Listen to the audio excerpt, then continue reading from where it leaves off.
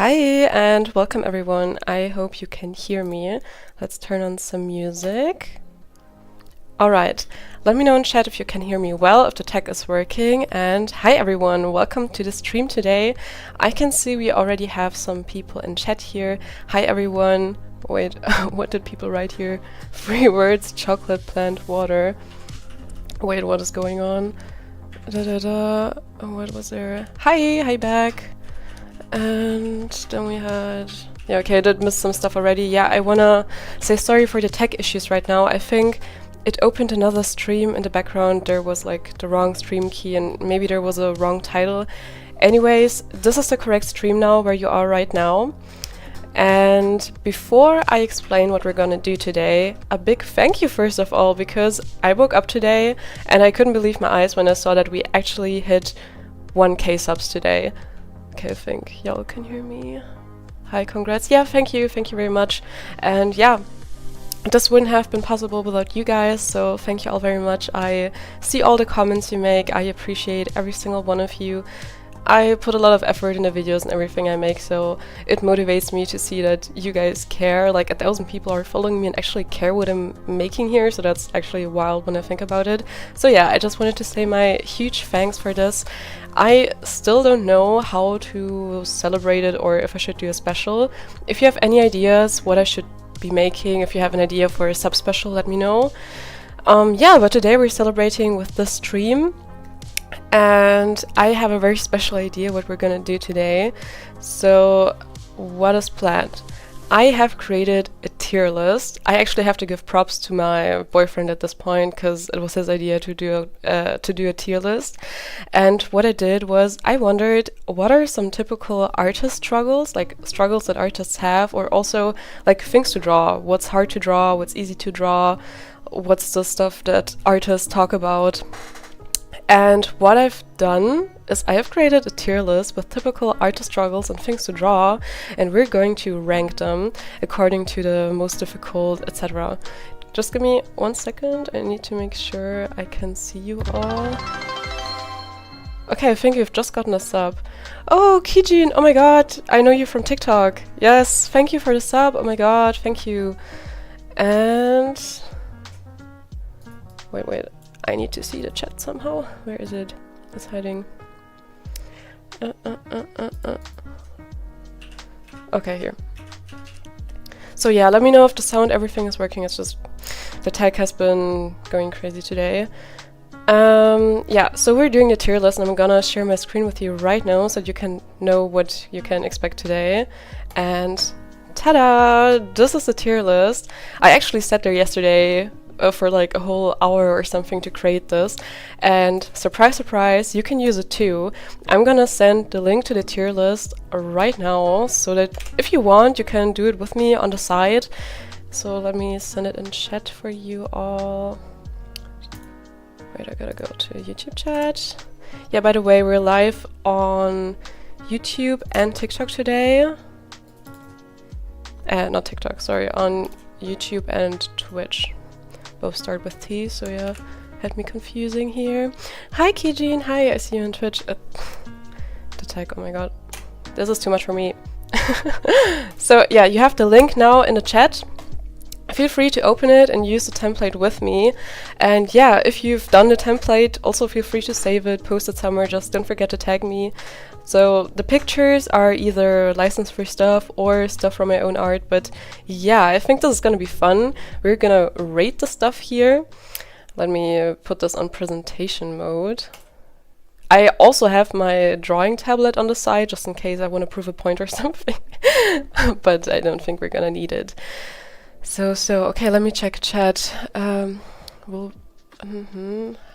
yeah, thanks. Thank you for following. Hello. Okay, I didn't miss anything.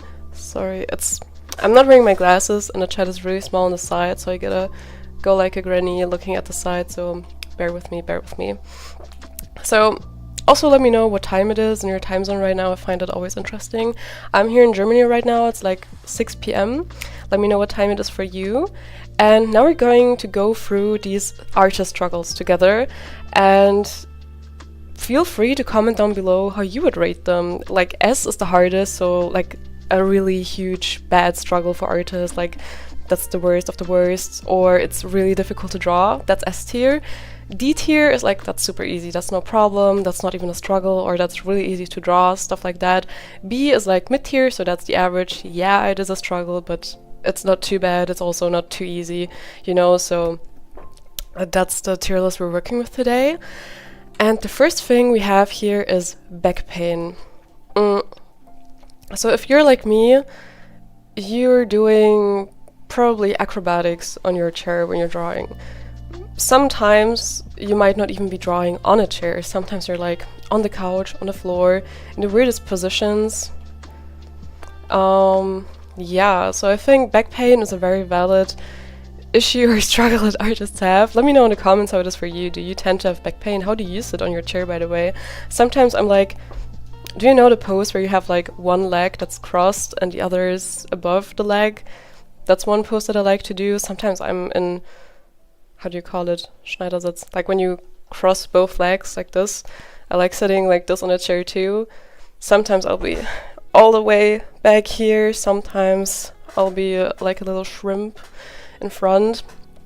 So yeah, I definitely do think it's a struggle also for me. So like when I'm going to answer this list, I'm mainly gonna have a look at whether it's a struggle for me. So I'm not gonna be able to answer this for all artists, of course. So you can rate this however you want. I'm just gonna answer how I feel it is a struggle for me. And like, I think back pain is like a typical B tier struggle in my case, because yeah, it's definitely there. I definitely do get some back pain once in a while. You see, I'm just adjusting how I'm sitting already. It definitely is a struggle, but I wouldn't say it's like the biggest struggle. I do have an ergonomic chair that doesn't really feel ergonomic sometimes, to be honest. But yeah, I think it's a solid B. Next is hands. So we know that in the art community we used to talk about hands a lot and how difficult they are to draw. And like, honestly, they are, especially if you're a beginner. It's super difficult to get them right so that they look natural. I think I'm at a point now where I would say they're definitely still difficult, especially if you're going without a reference, but I don't know if I would rate it S tier. What do you think? Where would you place the hands? I mean, you could just draw a normal hand, like, you know, like this, stuff like that.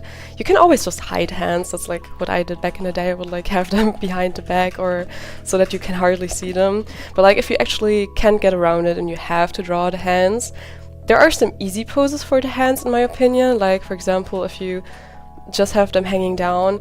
But like, where it gets really tricky, if you have, for example, hands in perspective, if you have some foreshortening, if you're doing a pose like that, for instance, that's real difficult still for me today. Pure hell. Yeah. So I can't decide if I should put the hands on S tier or A tier. Hands are so damn hard. Mine look like chicken claws. Feel you. Yeah, I do. Oh, I see someone else joined. Hi, JK. Something's not working, because sometimes I don't see all the chat messages. It's weird. I'm really trying to pay attention, guys. It's just the tech is killing me today. So yeah, S tier or A tier. I can't really decide, to be honest. I think we have to put it in S tier, right? There's a reason why it's such a famous topic in the art community. Everyone is saying like, oh no, the hands. Like, do you know the whole TikTok trend where everyone was like, once I can draw hands, it's you're done. Like, once I can draw hands, it's over for you. Yeah, that was a whole trend. Like, not just in the art community, people would say, once I can blah blah, it's over for you. And then it got its own spin in the art community, and everyone was like, the day I learn drawing hands, it's over for you guys. I think we have to give it a solid S tier then. There are ways where you can make it easier, like the easy pose where it's just dangling down on the side of your body, but overall I think it is an S tier. It is. It can be an S tier. Let's see, maybe I changed my mind during the live stream, but I think it's fine to place it in S tier. I hated drawing hands, but you just need to practice it and then it's fine. Yeah, I mean, that's true. It comes down a lot to practice. Like, if I really do a very normal pose for a hand, like it's just something like this, then no problem. But once there's a difficult pose, no matter how much anatomy I've learned now, or no matter how much I've practiced, I still need reference. And that's normal. Like, I just want to clarify that at this point, that using reference is totally normal and I recommend it, and it's important to get like anatomy down and everything. If you have reference for hands and you have the practice down, I think it's pretty okay. I don't know, maybe I should place it in A actually. You're changing my mind now. Maybe you could do a video or a short giving us tips how you do it. I just feel it. Sometimes I just do the silhouette and then I just wing it from there. It's not always anatomically correct. If you guys want a video on how I draw hands, I can gladly provide you that, but I'm not a pro in this. I'm not the best at anatomy. I mean, I have been drawing since 5th grade, so that's like over 10 years now, I think. So I definitely do have to practice down, etc. But it's not like, if I make a video, don't hate me for it, because it's not gonna be, I'm not like the perfect anatomy pro. There are YouTubers out there who have their whole degree in that stuff, but if you want me to make a video about that, I'd gladly do it. So just let me know in chat. Hi hamster, and thanks for the congrats. And then here's in chat, it's like learning to draw a face, but just a bit weird. Yeah, learning to draw a face is easier, in my opinion. Yeah, definitely. I don't know, what is it that makes hands so difficult? I'm not sure. It's just, a face is it's a blob, and then you put some circles in it. Like, that's basically a face. But when you draw hands, you have all these extra limbs, and it's so easy to get them wrong so that they look unnatural. If like one finger is way too much in a different angle, there's much more you can do wrong in terms of what is naturally possible with a hand. And then like also getting the shape of the fingers right, and you have like the bones, the veins, whatever, depending on whether you draw them. I mean, you can also do very simplified hands. Like, okay, this could apply to the whole tier list. You can make like a comic style where it's not realistic at all. It's like just 3 fingers or stuff like that, and just 3 blobs. But we're not talking that right now. I'm talking about realistic hands, basically.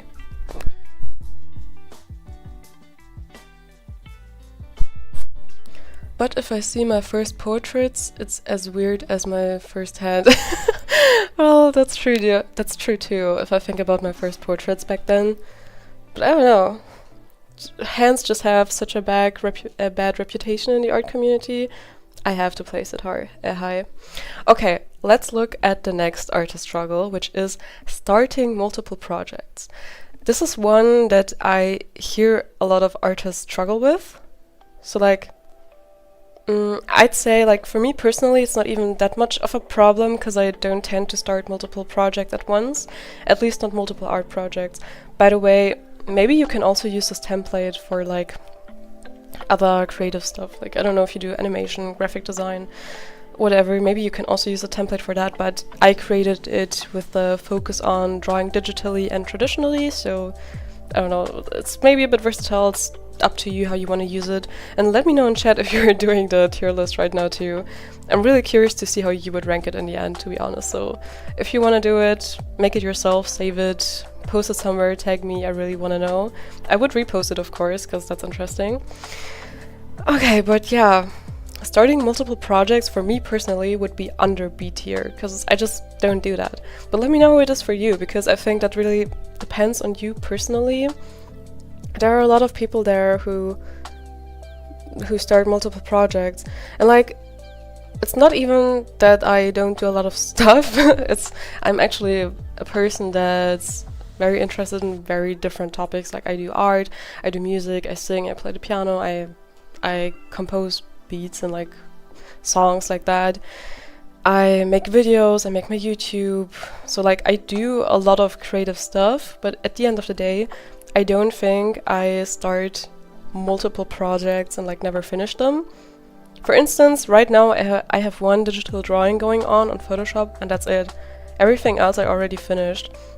Of course, there are some pieces where I was like, okay, I don't want to continue that, but it's not that they're unfinished and I want to continue them, so they're not like open projects. It's more that I already gave up on them. So no, I'm not doing those finished and like continuing with the next. So I think I'm pretty committed when it comes to that, instead of leaving multiple things open. But let me know how it is for you.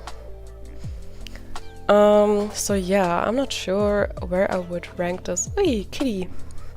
Nila! Meow! Say hi.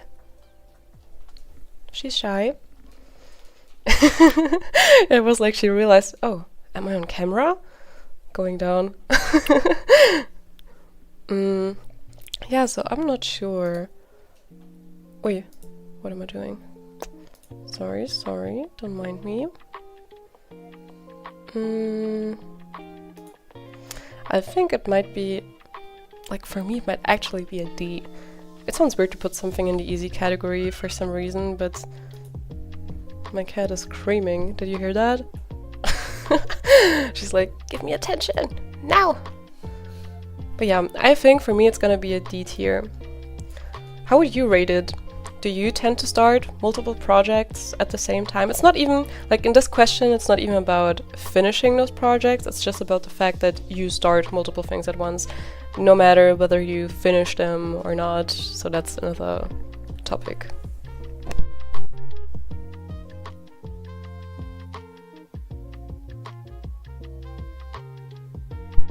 Put it an A? Nah. Our tier lists are gonna be so different. I have way too much unfinished pieces. Yeah, like, that's what I mean. It's so different for everyone, right? When I go on TikTok, I see so many artists having that issue. But like, it's really a thing about how you work and how you use your free time, maybe even if it's like not your job. I mean, that's also interesting, if art is your profession or not, right? If maybe that changes things, I don't know. I don't do art professionally, I'm self-taught, it's mainly a hobby. I do it now for my content creation on TikTok, YouTube, etc. But it's not like I've been in the business of art, so I wonder if it's different for people there. You probably have to start more projects also at the same time, also balancing probably your private projects and your professional projects. That'd be interesting too. Couldn't be me. The feeling of finishing a project is too good. Yeah, so you mean you don't start multiple at a time, but you focus on one and then finish it, right? That's what you mean? Because like, I think those are two different things. You can have multiple projects going on, but like not finish any of them or commit to finishing all of them. Or you can like only focus on one and never finish it, or finish it all the time. So I don't know, I think those are two different things. And I'm just the type of person that doesn't start that much at the same time. I usually pull through with the stuff I do at the moment, and I want to finish that first before I start something else. I do a few, but not too many, because else I forget. Yeah, it's the same for me. Just maybe not only one, but like a few. And also like, yeah, the thing with forgetting it is kind of it, because I'm kind of scared that I won't commit to it if I start too many, and that's why I don't even start too many at this in the first place.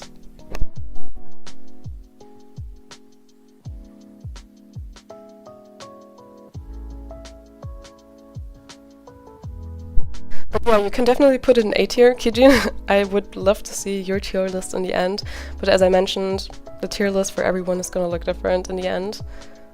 So I talked about it being two different things, whether you pull through with projects and whether you start multiple at the same time. And this is how we get to procrastination. That is the other point I mentioned. Do you procrastinate? Be honest, let me know in chat. No, I gotta be honest. I personally do tend to procrastinate on some stuff.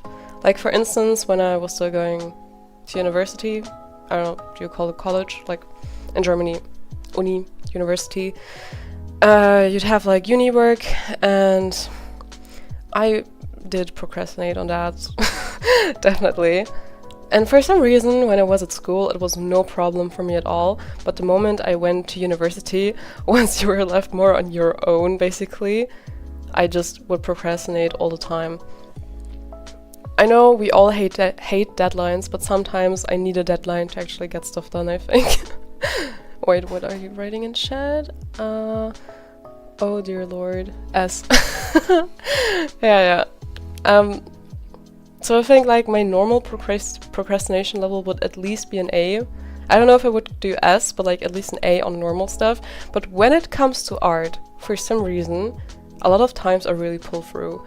A lot of times when I do drawings, I get into that flow mode. Let me know if you know the flow. You probably do, but like it's actually a thing in psychology that people talk about. I even learned about that in school and uni, that basically you have the difficulty of a task and then you have your capabilities. And if the difficulty of the task is too high compared to your capabilities, then you're überfordert. What's the word in English? Like it's too hard for you. You can't handle it, so that's why you can't get into the flow. Then on the other hand, if the task is too easy compared to your abilities, then you can also not get into the flow because it's not challenging enough for you. And once you're in that sweet spot between the difficulty of the task and your abilities, that's usually where you can get into the flow. Like these are the preconditions. Of course, it also has to do with like your surroundings. Maybe it's an environment where you can concentrate and stuff. But yeah, when I draw, a lot of times I do get into that flow, and then I don't even realize how the time passes.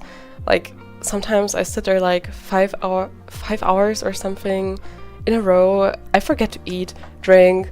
I don't realize I'm getting tired. My stomach is crying for food and I don't even notice because I'm like this much into the flow. And I really hate getting out of the flow. That's like the same when I'm like cleaning my apartment. I also tend to get into a flow then, and I cannot sit down at any point when I clean because the moment I sit down, it's over. I'm done with the flow and nothing is getting done anymore. So I'm standing and getting everything done I can in that moment when I'm in the flow, because otherwise it's over. But yeah, so I tend to get in the flow when drawing, so usually I pull through a lot. I procrastinate maybe a little bit, so maybe it's like a B struggle for me, an average struggle. But I procrastinate more in other stuff, to be honest, like more school stuff, learning stuff like that. Especially when, like, for example, I was making drawings for friends for their birthday. I knew that I needed to do it until this day because then we're gonna meet them. So I was getting it done pretty quickly. So yeah, I don't think it's an issue for me that much. But I definitely know that a lot of artists struggle with that, which I can definitely see happening here.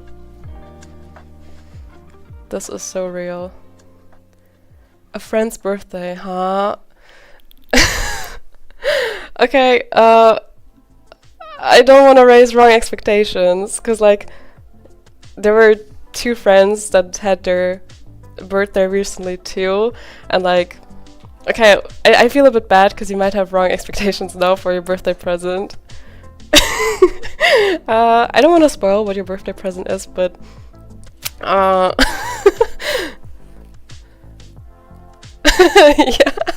No, sorry. Yeah, I think, but yeah, let me know, by the way, how it is for you if you tend to procrastinate. Like Kijin, you already said S tier, so I think it's a yes for you. Hamster, let me know how it is for you. I just find it so interesting how different we can be as artists, like in the whole process. In the end, we're pretty much doing the same. We're drawing, we're creating, we're creative, but everything around that can be so different. What materials we use, how our process looks like, where we do it, when we do it. Like there are night owls who will sit during the night to make their art. That's usually me, actually. I remember being like 13 in my room at like midnight drawing. That would be me. Then there are like morning persons that would do it during the day. I was the kind of kid that would draw all the time at school, and sometimes teachers would yell at me because they thought I wouldn't pay attention, but drawing during the class would oftentimes help me to pay more attention, if I'm being honest, because then I'm doing something and can listen on the side. Like if they're showing something, if they're writing something on a board, then of course I'm watching what they're doing. But if it's just talking, it helps me to engage with something on the side so I can actually focus on what is being said. I'd be lying if sometimes I didn't like drift away with my mind and like be like, okay, what should I draw? Should I give them this dress, this hair? And then I'm like shortly not paying attention. But generally, I would say a lot of times it helped me to focus in class when I could draw on the side. A lot of teachers actually were understanding when it came to that, but there were a few who saw that as a problem.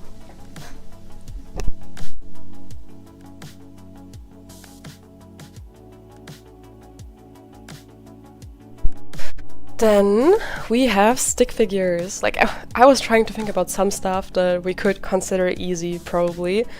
I can't put everything on S tier, A tier, you know? So I added stick figures there. And if you're an artist, if you have learned drawing at some point, I think the stick figure should go at the easiest place here. But if you do struggle with stick figures, let me know in the chat. We can discuss this, of course. Then the next one is sketching. And like when you're sketching, of course, there are multiple thoughts that go into this process step. You have thinking about the concept, you do have to pay attention to composition, etc. But like those are some separate points that I also have here in the tier list. Like you can see below, there's also composition. So like more the sketching phase in itself, how difficult do you think it is? Like coming up with the idea, just starting from zero, from scratch, bringing something onto the paper. For me personally, I think the sketching phase is one of the most fun stages. If I have a good drawing day, I don't know, there are some days where nothing is working out. Whatever you're sketching, it just doesn't look good. It's like you unlearned all your drawing skills all of a sudden for a day. I don't know what it is about that. But if I have a normal, good drawing day, I usually really enjoy sketching and I don't really find it that difficult, except like it depends on what you're sketching. If it's like perspective stuff, like backgrounds, whatever. But as I said, those are other points that I also have here in the tier list. Just in general, I find the sketching phase rather easy, so I would put it on C, I think. Like it's one of the phases that is more easy for me, I would say, or that I also more enjoy, which also plays a role in my opinion. Sketching is easy. S tier. Easy S tier. Why do you think sketching is hard? Like, or is it like the step you enjoy the least? That's interesting. Yeah, I think it's so wild how different we can be. Oh my god, I see that on Twitch I have 4 viewers right now. Oh my god! I've never had that many viewers on Twitch. But I also never use Twitch usually. Yeah. Now I want to know why you would put sketching in S tier. I mean, I get it. It's a bit like how comfortable you are with each step, I guess. Wait. Oh wait, I thought it was ranking on fun levels. Lol. No, sketching is mid difficulty, but most fun. Was listening, not watching. Haha. Okay, I get it. Yeah, like, to explain just one more time for everyone, if you didn't hear it in the beginning, this is ranking artist struggles and things to draw under difficulty. So like S tier is either a huge struggle for artists or just something difficult to draw. So like that's the worst of the worst. This is a huge struggle. Like we have hands here that are super difficult to draw, whatever. And like the lowest tier, D tier, is super easy. You find it easy to draw. You don't really find that it's in struggle at all. And B is the average. So it is a usual struggle. It's the usual difficulty, but like not too much, not less. Oh. Then next up is art group projects. In general, I hate group projects. Whenever we hate group projects in school or university, I hated it. I just want to do my own work alone, efficiently, get it over with, and have it done. Period. But like, I think art group projects are something else. And I'm not talking about the fun factor, but about the easiness. Because like, at least when we're talking about a normal school and not like an art university or something like that, I don't have experience with that, I can talk about that. But like in a normal school, where you're the art kid, usually it's rather easy, because you already have experience in that, where maybe other people don't. And if you are known as the art kid, you can correct me if you think it's different, but like, no matter if you were unpopular or popular, if people knew that you were good at art, they would stand in line to get into the group project with you. I don't know, let me know if it's different for you. Maybe I'm also remembering something wrong, but I feel like I've never had a problem finding people to do the group project with, because everyone knew, oh, Laura can draw, easy. So they wanted to be in a group with me.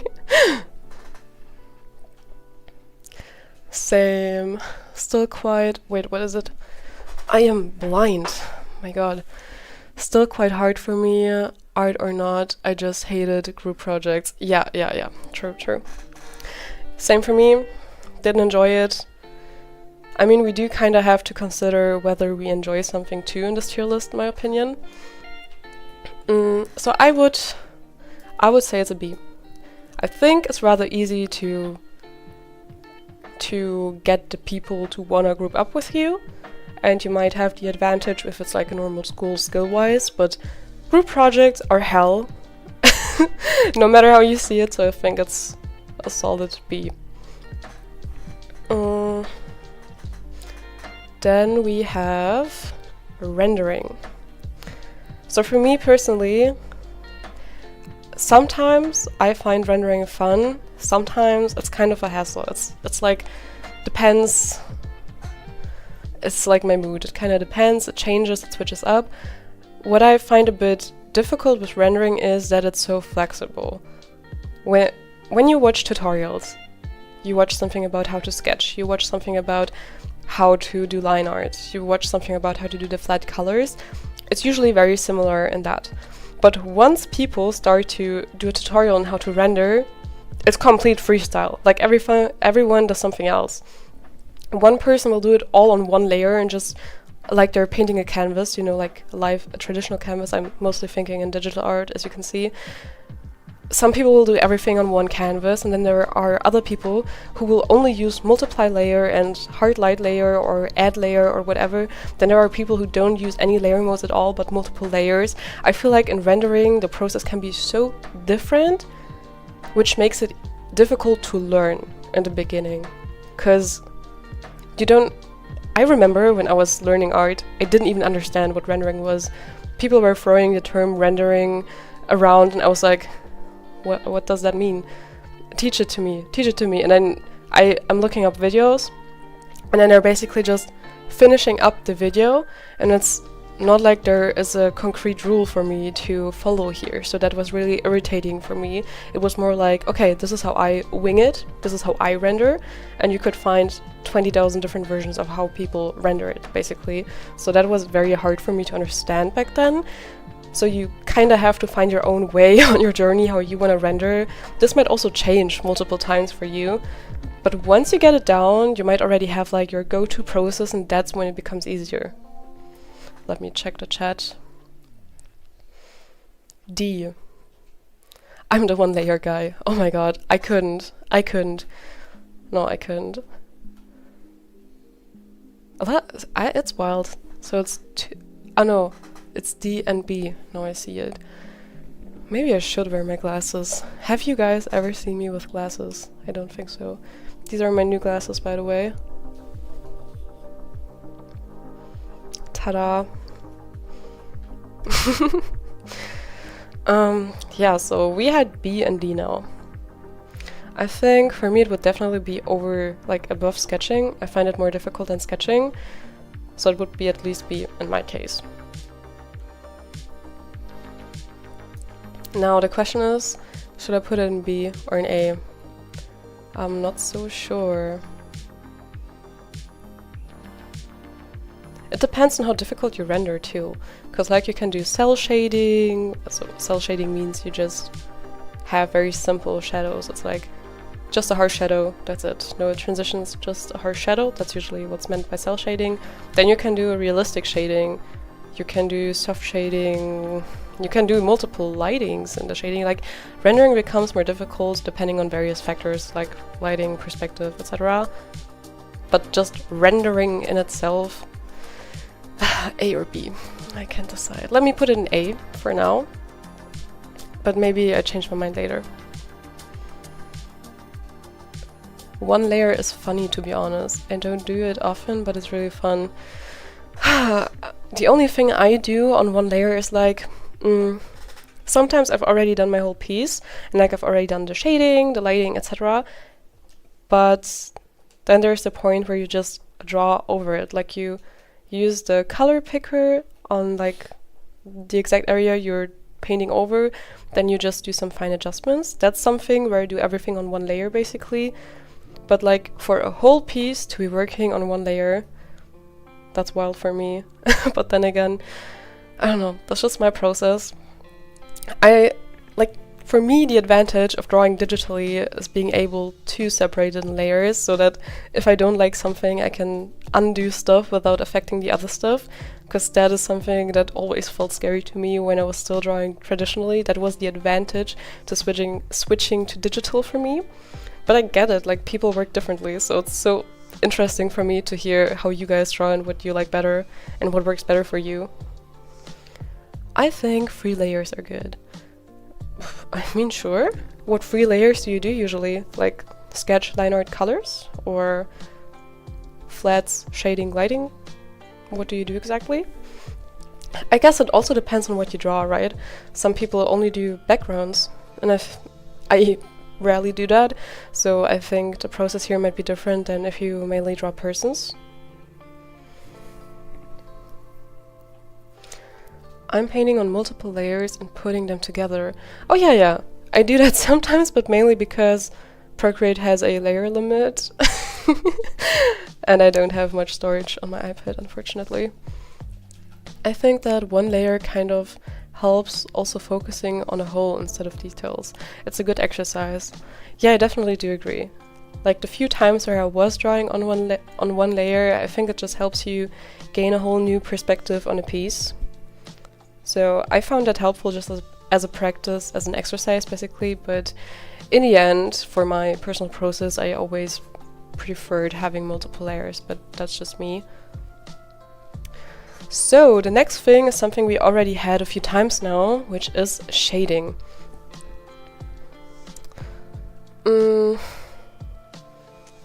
I think, like, let me know how you would rate it, but I think for me it's a B. It's okay, it's difficult to learn in the beginning maybe, but at some point you just have it down. You don't need to go with the most difficult shading. There are easy shading techniques out there. There are difficult shading techniques out there. It depends kind of on what you're going for. If you do multiple light directions, multiple light sources, maybe you just do the simple 3/4 head with the light from upper left. That's the standard, that's easy. You have dozens references for that. But maybe you want to do like light from beneath, from behind, and from the upper right. Kind of depends, but I think it's a solid B. Have you ever tried oil paint or something like that? Not yet. I'm looking into my boyfriend's direction right now because he gifted me oil paints for Christmas, I think, and like he gifted me oil colors and like some canvases for it. Then I researched a bit on how to use oil paints because I never did that, so that was also interesting when I was getting a bit more into it and how oil painters work. It's pretty different compared to other materials in my opinion. Then I just got some, how do you call it, turpentine, I think. Some oil paint sketch paper so I don't ruin the canvas immediately. And like one of those, where is it? This. But I need to try it. I still need to try it. I haven't yet. Because I'm supposed to leave the window open, right? Because turpentine can be toxic. And it was so cold in winter, I just didn't feel like doing it. I love oil painting so much. I'm really obsessed with it. I get it. I love looking at oil paint. It's like pieces that were made with oil paint. I love it. It has a certain vibe. It looks so different compared to other materials. I know that the intriguing thing with oil paint is that it takes a lot of time to dry because it's oil-based instead of water-based. So you have more time to work on the piece, blend stuff out, which is interesting. And a lot of times when people like me come from other materials, they're like, oh no, it's not drying fast enough. I don't know what to do. I need to kind of make it dry quicker. And whenever I was watching tutorials, people are enhancing the fact that you should use the chance that it's not drying that quick, because that is the advantage of oil paint, which I definitely get. But I haven't tried it yet. I definitely need to. Who knows? Maybe it's gonna be my whole new medium. Maybe I don't like it, maybe I like it, but excited to try it out at some point. Oh no, not turpentine. Oh no, what did I do wrong?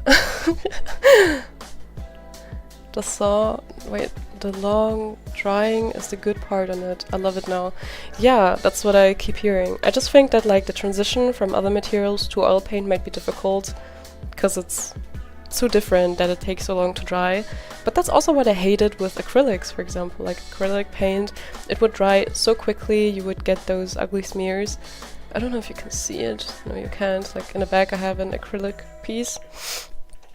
Maybe I'm gonna like oil paint better. But yeah, you said, oh no, turpentine. What should I use instead? I think I also heard about linseed oil. I'm not sure which one I got.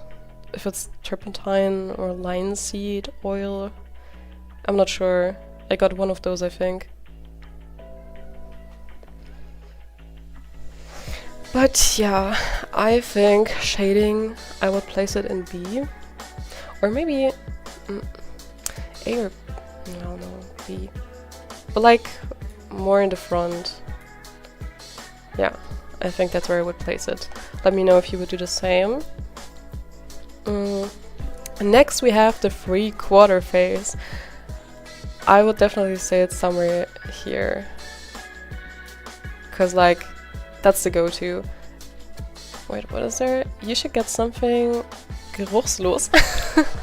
You should get something geruchslos, lol, or just some linseed. I don't know how to pronounce it. Linseed. I don't know. Linseed oil, but if you don't know what medium does, you shouldn't use it first. But you don't need any toxic stuff. I'm not sure what I got. I need to check again. I did research a bit on like the differences of medium, and like there's two things where like one is so that you can use the color at all basically, and one is more, one helps to make it dry faster or something. Oh, it's already so long ago since I researched. I forgot it all again. I need to rewatch the videos. But you don't need, I don't know, linseed, not linseed. Oh, okay, linseed. Alright. So yeah, I would put the 3/4 face here definitely, because that's a go-to, right? Everyone draws the 3/4 face once you've got the face anatomy down. If you flip through my sketchbook, I think every second page is a 3/4 face view. I've seen it on TikTok a lot too. People do that. I think it's usually like the comfort thing to draw for many artists. Then we have line art. I think line art is definitely above sketching for me. Also mainly because it's just not that fun for me, to be honest. I think line art is the part in my drawing process that I hate the most, or like enjoy the least, let me phrase it like that.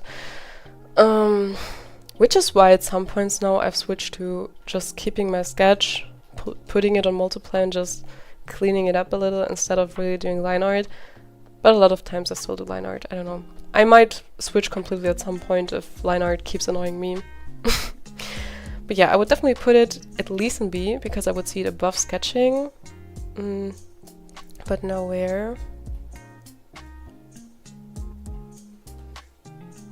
I think I would say here, yeah. I hate line art too. Yeah, so that's something we have all in common, okay.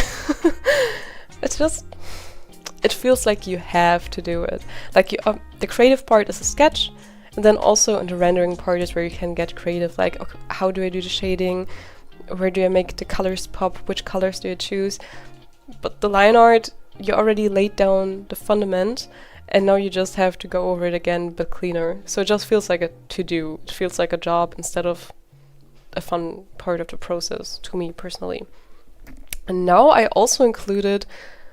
Oh wait, A. So you would see an A. You know what? I think you're right, because like, rendering is at least more fun, right? So I think I should put it in A and before rendering. It's not exactly super difficult. Rendering is difficult in its own way, but line art is something that can be more seen as a struggle because it's just not that enjoyable, maybe. Yeah. As you can see, this is not like a super strict tier list. It's not about... I don't have super exact metrics on how I rank this. I don't have to, I just want to have fun. Next one is drawing a straight line. Again, easy one, even easier than a stick figure in my opinion, but like, I got the idea because people who don't draw are usually like, oh, I can't even draw a straight line, so I thought maybe something for the easy section as an artist.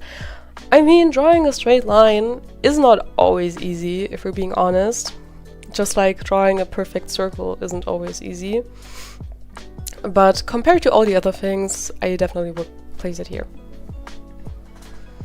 This is a nice part of oil painting too, that you don't need to do line art. That's right.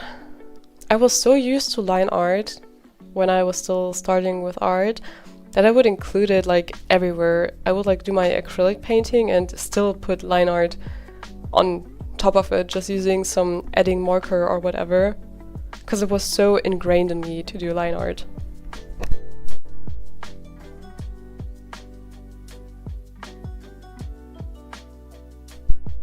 Right. Next up we have finding reference. I think finding reference is not hard. You can just go Google something, you can just go to Pinterest, you can just use yourself as reference actually. That's like, if you don't find the exact pose and it's something you can do yourself, then just take a photo of yourself. I have taken photos of myself for reference before, be it my hands or whatever. I would be sitting in class like...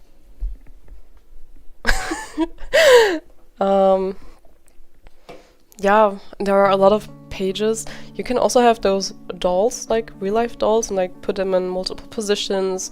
There are 3D programs that would where you can also adjust the lighting and see how the shadows would fall, so I think this is rather easy. I would definitely place it somewhere downwards on the list.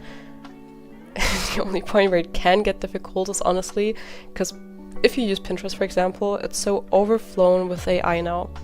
So much scrapped AI stuff.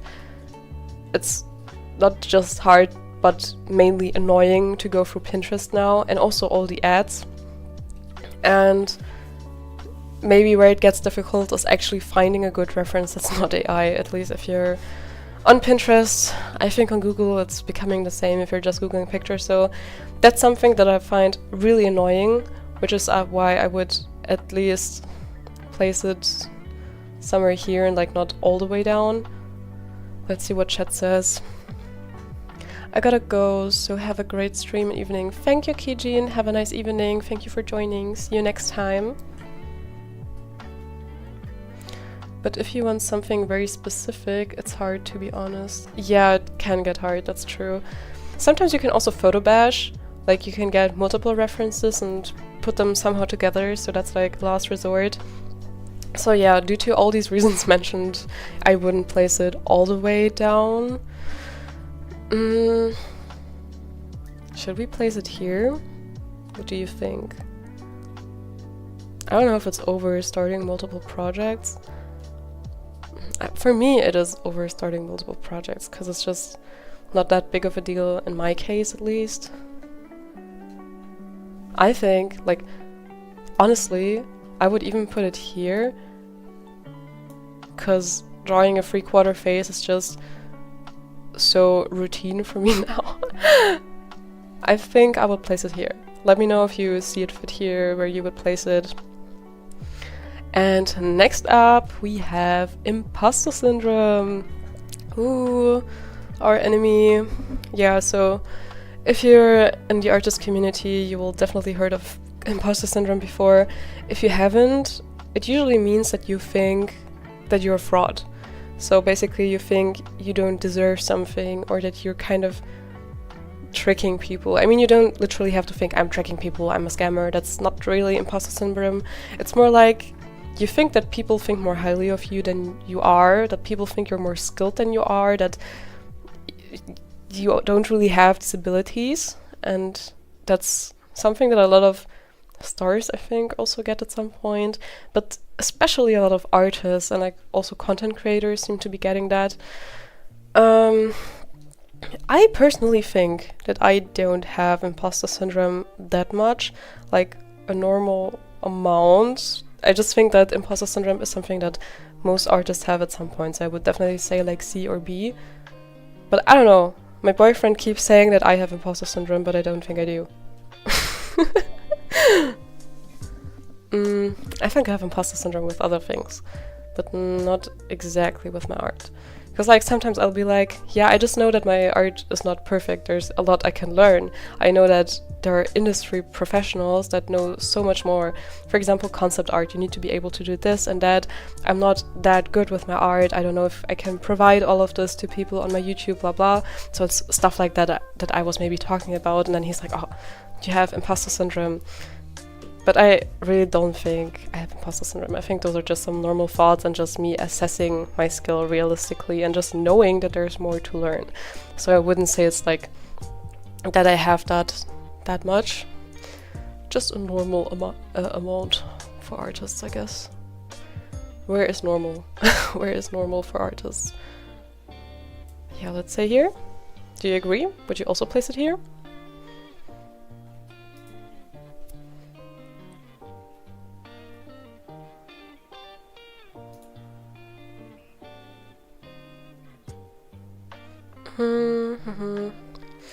By the way, guys, is streaming okay everywhere? So does the tag work? Can you hear me well? Can you hear the music? No lagging and stuff, I hope. Let me know if you have any struggles of any kind. So, next up, backgrounds, my enemy. So for me, backgrounds would definitely already be somewhere up here, just because it's my personal enemy. If you've seen my art, you will see that a lot of times I just put a plain one-colored background there. Maybe a gradient, maybe like a fancy border or something, just a few lines, a pattern, something simple. But once it comes to perspective background or actual landscapes, cities, I avoid it. I gotta be honest, but I avoid it. I just don't have much fun drawing that, which is why I'm not particularly good at drawing it. I know we gotta face our weaknesses. That's the only way we can learn. I know that, but I want to have fun, so I'm kind of avoiding it. Let me know if it's the same for you. I don't know. I just don't like it that much. So I would definitely put it higher than line art and rendering. Maybe even S tier. Yeah, I think for me it's even worse than hands. Yeah. Like, yeah, hands are difficult, we know. But like for me personally, I got down the hands by now a little bit. Like I know the anatomy, I have to practice. Most of the time I can do it, especially if I have a reference. But backgrounds, my personal enemy. I just don't have enough practice when it comes to it, and I just don't enjoy it that much. So for me personally, that's one of my biggest struggles. I don't know, I need to learn it more. I need to get better here. I know. And then we have multiple people. That's definitely one I have to put up there too, because once it comes to like drawing one person, it's all good. But once it's more than one person and one piece, that's where it gets a bit more difficult for me. Like proportions wise, I can even do it probably, because like, you know how people usually break down a character into like heads? Like a normal person is like proportionally 7 heads or something.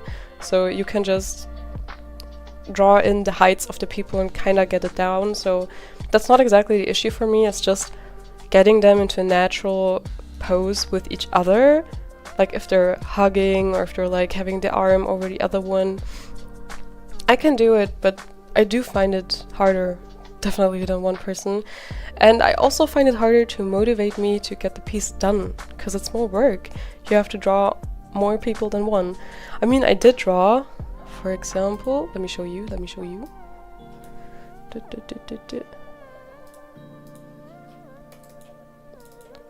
Art. I'm gonna show you the piece that I made recently, that I also have a speed paint to, by the way. You can find it on my YouTube page. Where is it? There. For example, this one. It's the drawing of Echo and Jinx from Arcane, which is two people. Like, you see, I can do it. It's not like I can't, but I always find it more difficult or more work at some point, because it's just one more person. It's one more person you need to render in that case. You have to get them into a natural pose together. It's more to consider, how do you call it, composition-wise. So I think I would at least place it here. It's not as bad as backgrounds for me, but it's still pretty much S tier in my case. Let me know how it is for you. How would you rank it?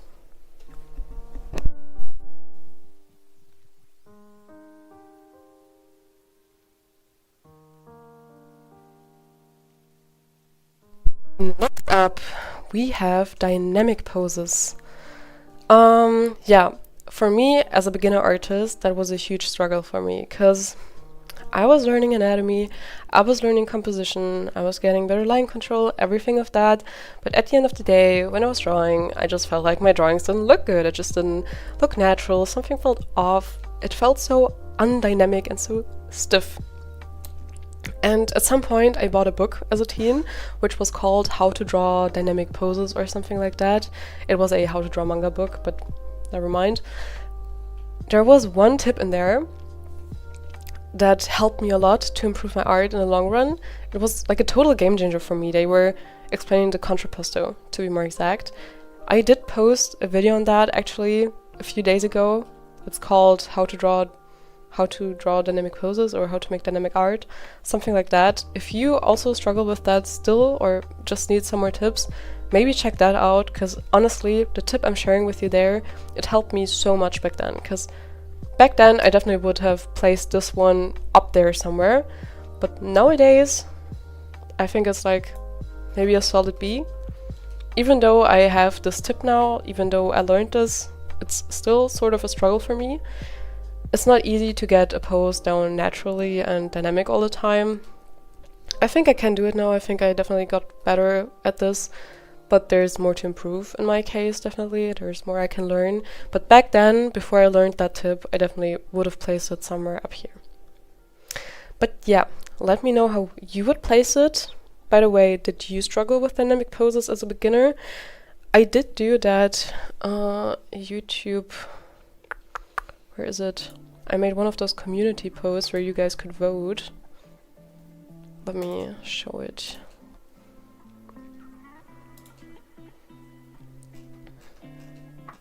Yes, this one. Here I asked you guys whether you also had the problem with stiff looking art, and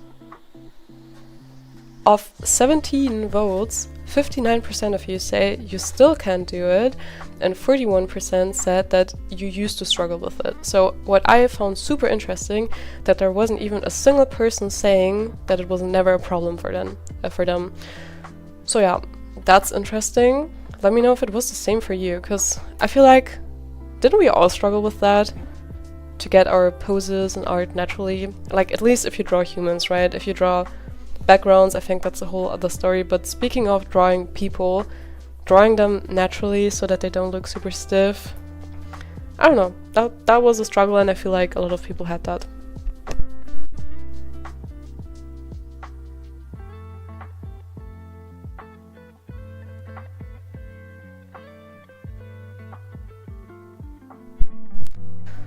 Then we have, oh god, what is that? Ah, okay, I need to change that. It kind of cropped the picture. But what it said originally was, can you draw me? So basically, when people ask you whether you can draw them. I think that can get pretty annoying sometimes, and I've definitely seen that it's not just me, but multiple artists that have had that situation, that basically people assume that since you like making art, that you just want to draw anything, and they can just tell you something they want drawn, especially themselves, and that you should be kind of grateful for them to ask you that like for the fact that they're asking you to do that. Because no, because like also only if I like making music, that doesn't mean I wanna do a song for you according to your wishes, and that all for free. Especially because if I like doing something, it's usually because I want to do it the way I like doing it. I want to draw whatever I want to draw. If I don't feel like drawing you right now, I don't feel like drawing you. If I want to draw my fantasy characters, that's what I want to draw. Hey, Kitty is here. I didn't notice. Do you see her?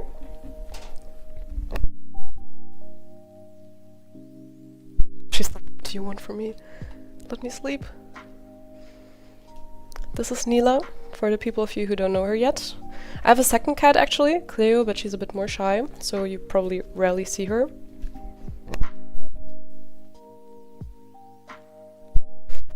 S or A? I think it's hard to make the portrait really look like the person. Ah, you mean if someone says, can you draw me? Yeah, that's a whole different perspective on that, yeah. Oh, so cute. Yeah, thank you. Did you hear that? You're cute.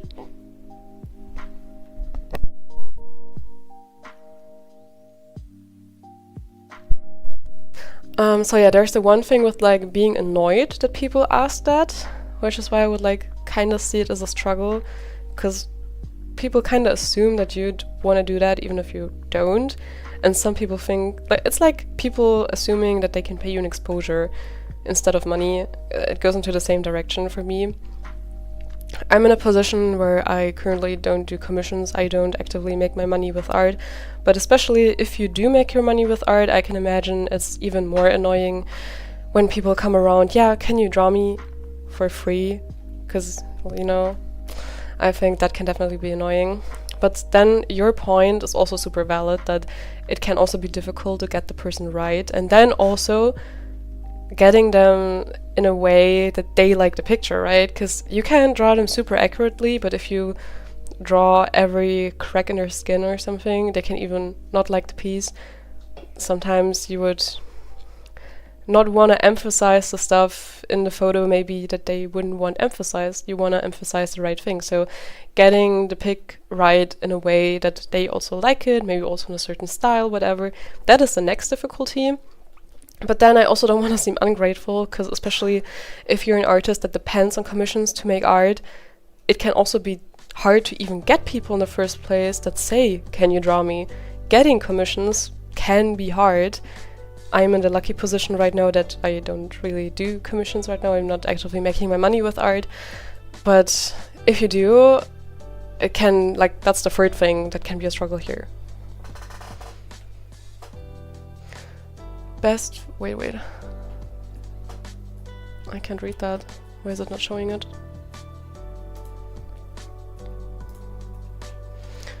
Best viewers on stream, boo. Remove the space. Huh? Okay. Yeah, so I think I would definitely place it definitely higher than B, because I think it is a struggle, like over line art even. I think here in upper A might be a good spot. Yeah, bots, yeah. I think it's fine when you put it on S. Yeah, it might. Yeah, I think you're right. Yeah, I think I would put it in S actually, due to the 3 reasons we just collected together. By the way, guys, I have some sort of chatbot in my chat, so if you write something like, I don't know, can I write it right now? Let me test it. I want to play around. If I say commands, does it work? No, it doesn't. But like, if you say 8-ball, I think. What were the commands? Bruh, wait. I had some fun stuff prepared, why isn't it working? Because like I had a chatbot that basically if you write certain stuff in there, it will respond with certain stuff. And there's the 8-ball, so basically you can ask the magic 8-ball questions, and then there are certain quotes that it answers you with. And it's funny because I made some art-related answers. I wrote it correctly though. I wrote it correctly. Or doesn't it work? 8-ball. Yeah. Huh? If I say 8-ball, what should I draw? Ah! Now it's working. Do you see it? It's saying, the 8-ball says, I suggest drawing alongside the stream. Okay. I don't know what these weird texts after that are. I don't get it completely, to be honest. But yeah, if you wanna play with that, you can just type exclamation mark 8-ball and then ask a question right beneath it, right beside it, and then it will do random answers depending on the stuff that I already fed it with, and it's like art-related answers, so that's a bit fun if you want to play with that. But back to the topic at hand. It works for me. It says your cat has the answer. Yeah, we can all see it in the chat. So yeah, I basically gave the bot these quotes, and you can play around with that. It's a bit funny. You can ask something like, is Laura saying bullshit right now? And then it's gonna answer you. And then you can bully me together with the bot. Or whatever. So where were we? Ah, like, can you draw me commissions? Yeah, I think that is a good spot here in S. For me personally, I'd still put backgrounds and multiple people above that, but that's just me personally. I think for many people it might actually be the highest up. Then the next one, drawing on the wrong layer. That's definitely something that has happened to all of us before. 8-ball is Lola saying bullshit right now. The 8-ball says, the colors will guide you, maybe. Wait, we can also... Wait, we can ask the chat right now. Okay, you can ask it. Okay, you type it, ask the 8-ball, how would you rank this? Or do you think it's difficult? Like, do you think drawing on the wrong layer is difficult? Maybe we can ask that the 8-ball.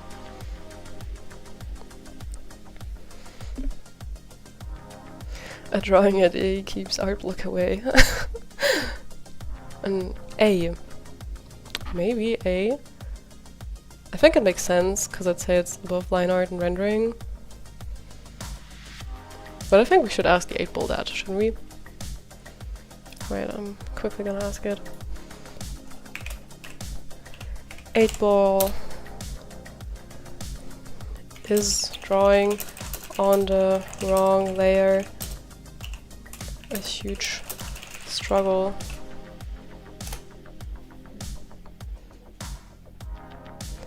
The 8-ball says, I suggest drawing alongside the stream. Well, art block has spoken. Okay. I think the 8-ball is not that smart. What do we think, guys? So I definitely think... I think I would place it here. Like, usually it's not... It depends when you notice it, right? If you've already done the whole line art, when you already hate line art in the first place, and then you notice it, you did it on top of the sketch, that's a huge struggle. I would definitely... Like, that's also why it makes sense to put it above line art, since we hate line art, and then we ruin the line art that we already did. Yeah, I think here's good. Like, sometimes you will notice it immediately, like, you just made like 3 lines on a wrong layer and then you notice it, you just press 3 times undo and that's it. So in that case, it's not that huge of a deal, but it can get to this point, I think, where you did the whole line art and notice it too late. So I think I'd place it here.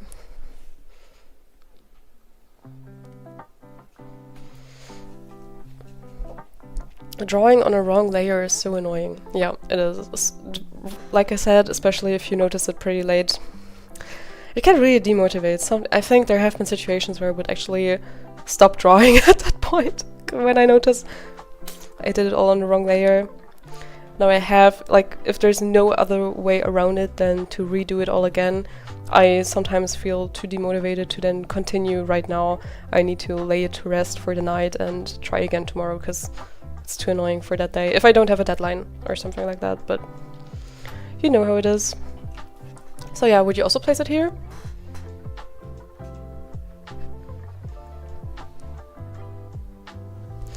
Then the next one is that the drawing was better in your head. Which basically means that you had a certain vision in your mind, what you wanted to draw, but in the end what you made looks different from that. Now there are two ways how this can go. Either it looks worse, or it looks better, or third way actually, you could say it looks good but it's different, like it's something completely different but it's not bad. Could also be it. And like that's something I have a lot of times. It rarely looks exactly like what I have envisioned in my head, but most of the time it still looks good but different. And I also usually like it because in the end you get something super different than what you planned, because during the process you get new ideas or you think about it differently. So it's not always bad to have something different in the end than what you envisioned in the beginning. But there are days where I have a certain vision in mind and it just doesn't come to life. Sometimes, I don't know, there's just bad drawing days where you just kind of can't translate it well on paper.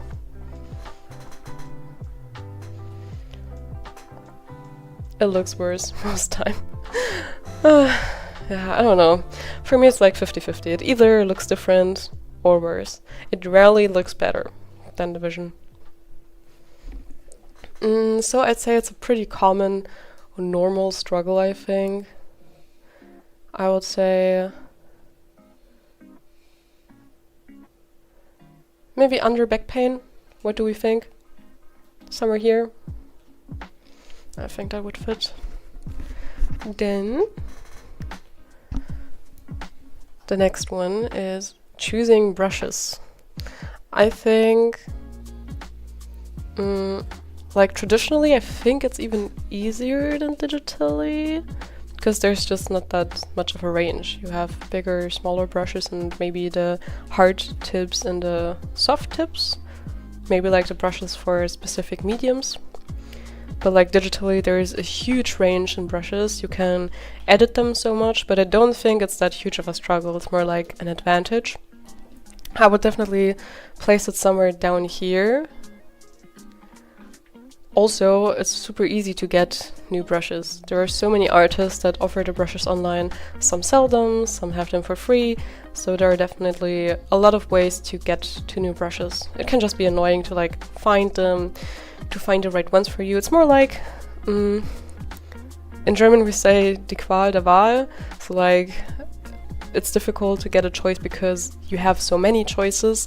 I think that's more the difficulty we could have here, because when I start with a new drawing program, it takes me some time to find the brushes I really like and for which purposes I want to use which brushes. But once you have that initial stage done, it's usually rather easy in my opinion.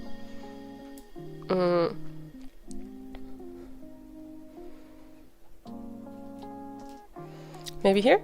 What do we think?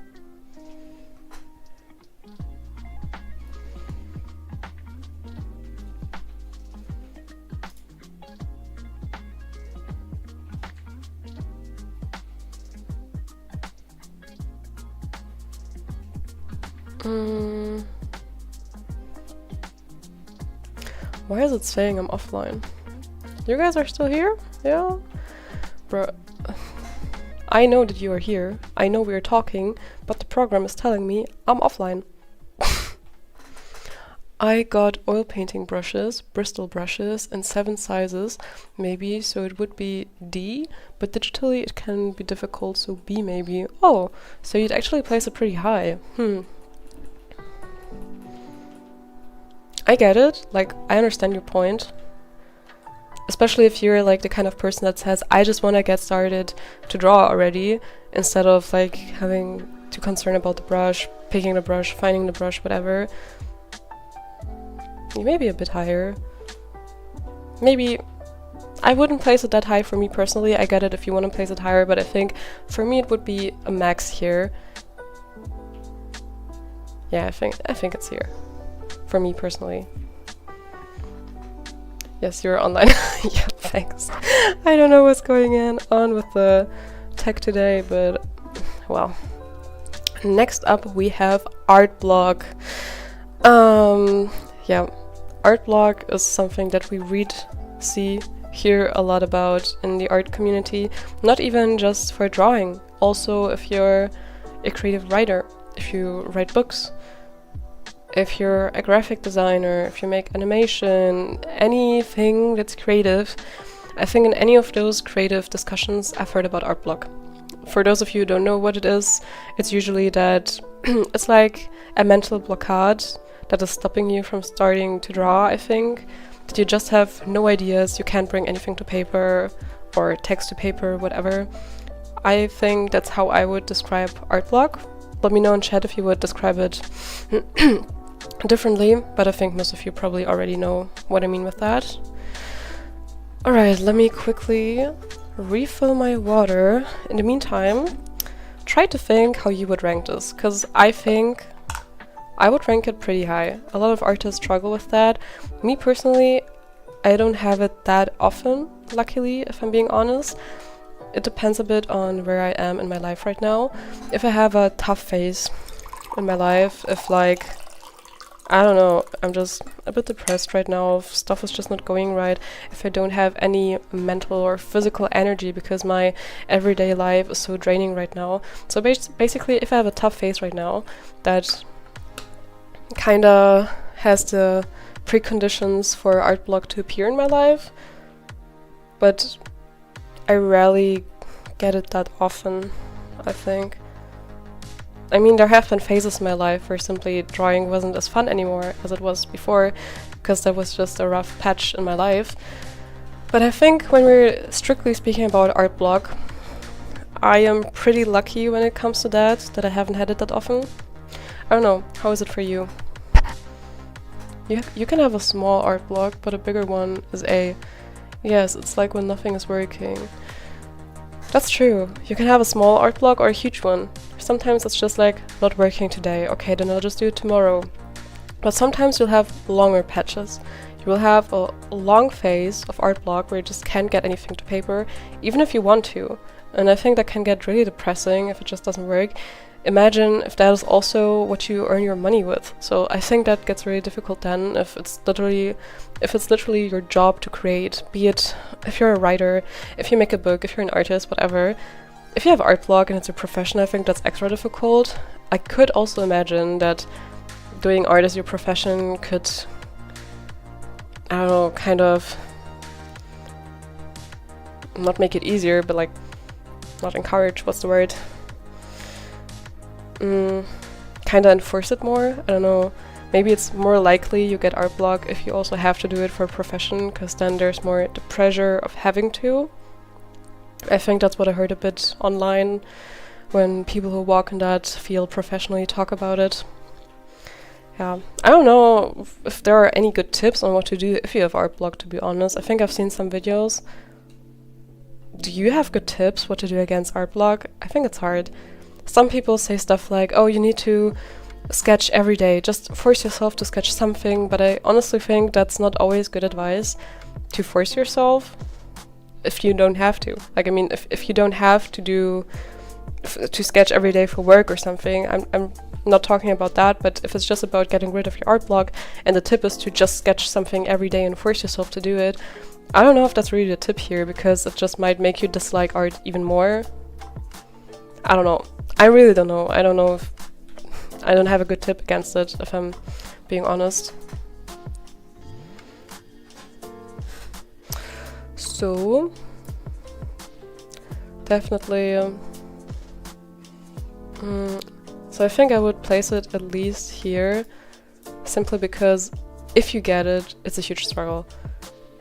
Like if we talk about a real longer art block, if you really get that, even though it's not that relevant for me right now because I've been lucky enough to not have it that often, but if it were to happen to me, if it were to happen to any artist, I just think it's a huge struggle in general for every artist. I might even want to put it in S tier if I'm honest, so I'm kind of debating on that right now. You guys decide. Would you place it here or would you place it here? So upper A or lower S? Let me know.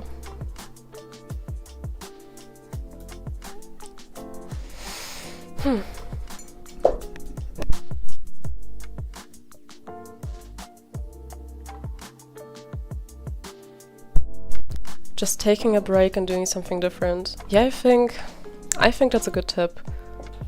Forcing yourself to do even more art when you're already having art block is not the way to go, I think.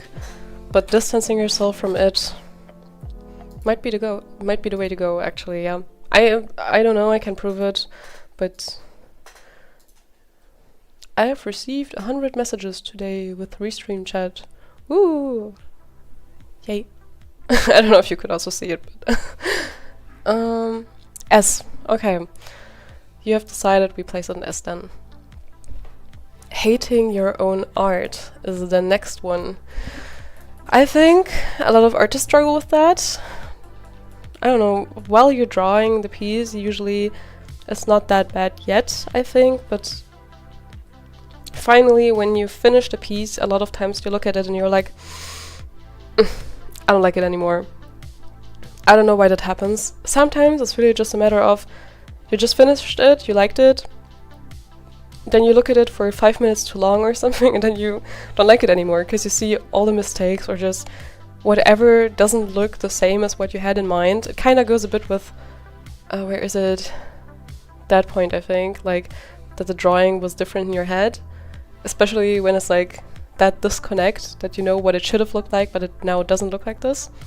Sometimes it already starts midway through the process, if I'm being honest, like somewhere during the rendering maybe already where you're like, this is not what I was going for, but I'm already so deep in the drawing I can't just redo it all the time. Sometimes redoing it is honestly just the answer. I've been there, done that, but a lot of times I just don't wanna. Sometimes I'm just gonna finish the piece anyway, and then sometimes I'm unhappy that I didn't just redo it instead of finishing it and like wasting my time to finish it when I should have just redone it, blah blah blah, stuff like that.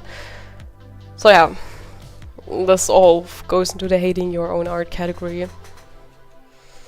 If you don't like my art, I just put it on my shelf, and if I like it, it's nice. Ah yeah.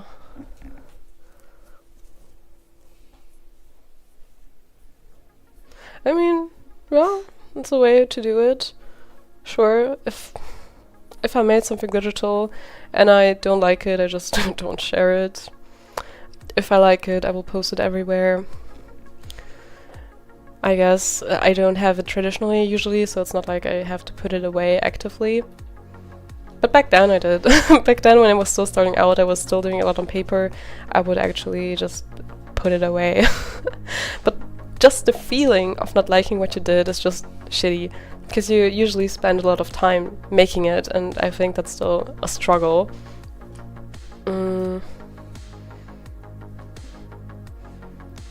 I think I would place it here maybe, like lower A. It is a struggle, I think, and a lot of artists do that. Do you have that often? That you look at your art that you created and you just don't like it? And if you do, is it more something that you experience during the process, like you're rendering and then you notice, I don't even like it anymore, should I redo, should I just keep going, should I quit? Or are you more the type of person that notices it later? Like you're already done with a piece, you look at it 10 minutes later and then you start disliking it, or you start disliking it immediately after you're done? A lot of times I will dislike it after I'm done, but then look at it back like a day later and suddenly I like it, because I don't have all these thoughts flying through my mind about like what I wanted it to look like, what I did wrong, blah blah. I just look at it neutrally again from a, like, I'm refreshed. It's like flipping your canvas. You look at it one day later, you see it a different way again, and that helps me to re-like my drawings sometimes.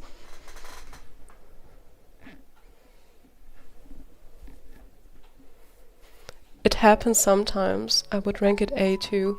Not really often, but mostly after I've done the piece. Same, yeah. Then the next one, scammers. So for me, I don't do commissions much, so I think I would definitely have even more to talk about if I did. If you guys have experience with that, drop it in the chat. I think there are a lot of artists out there that unfortunately have experience with scammers that want to scam you for your work, for your money, that will maybe demand a first sketch, a full drawing, whatever, without sending front up payment or something first. But apart from that, even I keep getting bots or whatever private messages in my TikTok. Like, some random newly created accounts will be there and like, oh, can I commission you to make a drawing for my son? And then they're always using these emotionally connected words like family, son, daughter, birthday, like all these words, because they want to empathize with you. They want to like resonate with you so that you think they're an actual person. And then usually they will also like offer a huge sum already, which is way too good to be true, which it is too good to be true. And then you check out their account and they're like, they were created like 5 days ago and they posted like 5 videos on the same day, so it looks like they're an actual account. And it annoys me so much. Why are there so many scammers in my direct messages? Every time I just say that, no, sorry, I don't do commissions, because I also don't do them right now. I might do them later, I don't know. But like right now I just don't do them. But if I actually was someone making commissions, that would be even more annoying, because it can be so difficult as an artist to recognize real commissions from the wrong ones. And there are so many instances where I heard that artists got scammed, which annoys me so much, because artists just get fucked in every possible way. Either your art gets stolen, or you get scammed by scammers, or you have AI stealing your work, or you have people in your comments being like, oh, this is AI, you didn't even draw it yourself. It's tough as an artist out there. So yeah, I feel with all of my fellow artists out there. Let us know about your experiences in chat, because I just know there are a lot of them, unfortunately, out there. So how are we gonna rank this? Also, what I've also been getting on TikTok is like random in my comments, some bot being like, I would really love to purchase this drawing as an NFT. What pricing would you blah blah blah? Something along the lines of this, and it's always the same copy-pasted message from different accounts on different pieces, and I've also seen it on other artists' posts. It's so annoying. Yeah. Anyways, where do we put the scammers? I really think it's somewhere in S tier. Because apart from the fact that it's a struggle and annoying, some people are actually getting scammed out of their work and out of their money. So I think if it happens, it can end up really bad or just really hurt poor artists out there. So I think I would actually place it the highest, because if it happens, it's just a lot of damage potential. Even though I haven't personally affected that badly by it yet, like I haven't been scammed out of money or something like that before, I just think there's a lot of risk to it, so I would place it that high. Let me know in chat if you see it the same way. Okay, I don't know why, but this one is double. Okay, I gotta remove it later. This one is also double. Weird. So I'm ignoring these two, because these are double. Next we have composition. I think I would put composition here, because composition can be the part that makes the sketching hard, in my opinion. Like, it's not a huge struggle once you get a bit of the basics right and just start actively thinking about composition from the sketch phase on. Then you've already done the most difficult part, in my opinion. But yeah, like, once you've got it down a bit, it's okay. It's not that huge of a deal. But if you want really, really good composition, then of course there's a skill ceiling. It can get way harder, because there's so much to learn, basically, or it's just a lot about experience. Of course, there's the rule of third. You have like the golden ratio. You can do like the whole triangle thing. but knowing how to implement it well in your art, where to put contrast and where not to, where to put the focus in your piece, how to also use composition to make your piece more dynamic, it all boils down to practice in the end, because it's multiple things to learn over a course of time in your art journey, and someday you'll have it all down. I wouldn't even say I have it all down, to be honest. I'm still learning, I'm not perfect, so, but I wouldn't rank it explicitly high here. Yes, it has a high skill ceiling, but in general it's okay and you can get around at this level, I think. So let me know if you agree. Because you don't need to do composition always, I think. Let's see. Yeah, exactly. So you agree with C. Nice. Yeah, right. You don't have to do it. Like, it's a skill ceiling. You can get better and better at it. You can improve your pieces to the max, but you can get a good piece with a really simple composition, like just a person standing and looking nicely at you, whatever.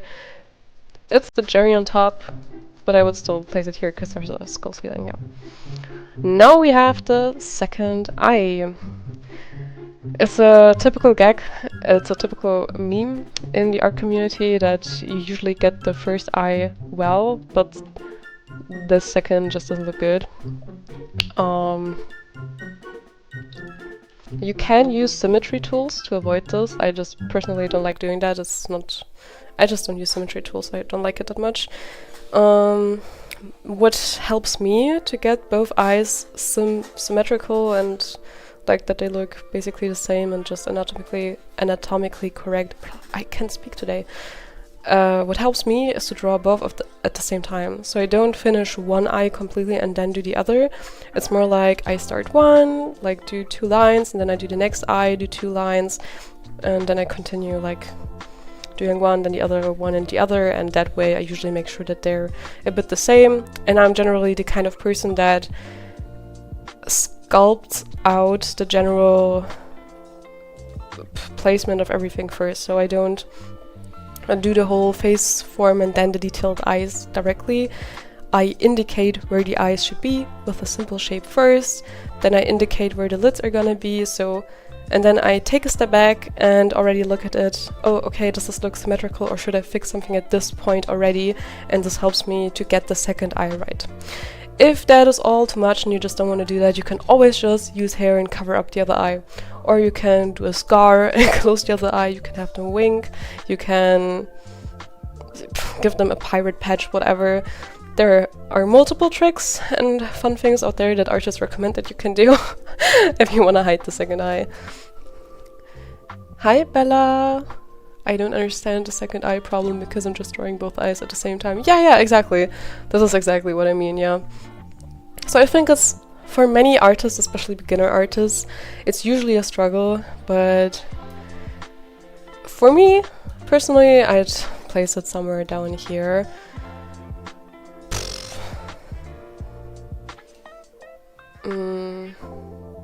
Maybe here? Would you agree?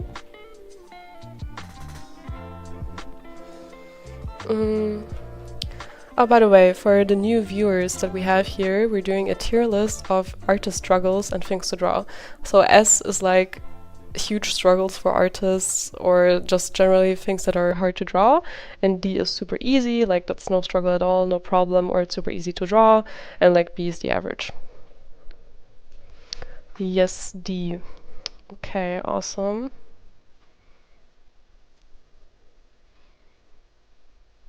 D even. Lol. So you would place it here. I mean, yeah, I get it. Maybe you're right with D, actually. Yeah, I think both C or D would be fine. I'm gonna stick it here to D for the meantime. Next we have anatomy. Yeah, I think anatomy is definitely somewhere up here, not C or D, because getting anatomy down really well is hard in my opinion. It's especially in the beginning, to get like the basics down is already hard, and then this is where I am right now. You're at some point where you have a good general idea, you're pretty good at it, you can do most of the stuff. if you don't know it, then you just look at reference. If it's like something very specific, usually that's the latest point where you will get it. But you can still go way higher from here. Like, there is so much more anatomy that I can still learn.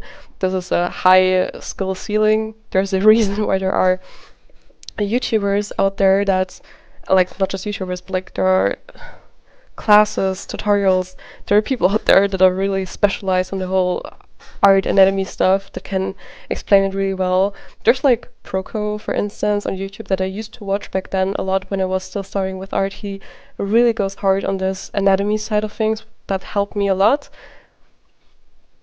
I don't know, maybe like here, A, lower A maybe, because it's hard to get into and it has a very hard skill ceiling. And even now, once you have the basics down, there will be moments where you will need some reference to really get it down. Of course, you can always draw stylized, and then you.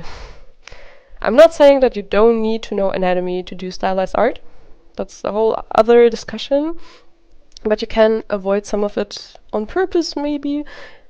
If you do very stylized stuff, when you say, oh, I don't know how to draw this, well, I'll just do it this way, you know.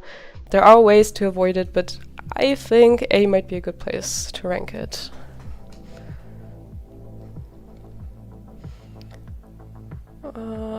Hello, your videos help me a lot, thanks.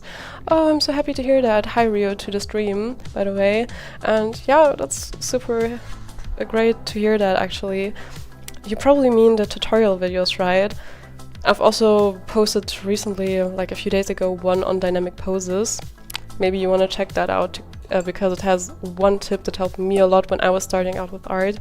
But yeah, I'm super happy when you guys say that my videos actually help you, because in the end, that's what I want to do. I'm sharing the stuff I know. I'm not a perfect artist. I have much more to learn, but still I'm at a stage right now where I think I can at least tell you what helped me back then, or at least the stuff I learned I can share, and if that helps you, that already makes my day.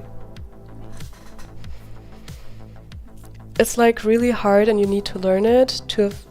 It's a thing to learn and not a struggle, in my opinion. A or B. For anatomy, you need reference to learn it. You first need to know the rules of anatomy before you break them. Yes. Okay. Yeah, I think I would probably agree with this. And compared to composition, for instance, there's almost no way around it except for not drawing people at all. Like, if you're doing backgrounds only, then it doesn't matter for you, right? But even if you're just drawing a person, you need to sort of get the proportions right. Even if it's just the face, the proportions of the face, you know, the whole how to sculpt the face so it's three-dimensional. So if we're not talking about avoiding it for stylization, it's anyways recommended to learn the basics. Even if you do very stylized art, you will notice even in stylized art that if you have the fundamentals down, it will help you to really get it down for your art and to implement it in your stylization. I definitely think it would be somewhere up there. So I think you also said A, B. Yeah, so I would keep it here right between A and B. Next up is finding your art style.